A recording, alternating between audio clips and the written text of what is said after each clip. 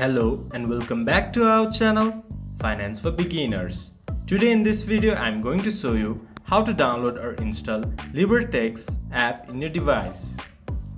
Libertex app is an online trading platform that allows users to trade CFDs on variety of financial instruments. Now moving on to the video, first of all go to your Play Store or App Store. Then search Libertex.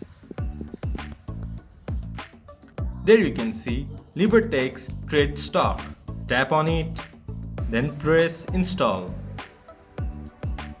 It might take a while to install the app depending upon your internet speed.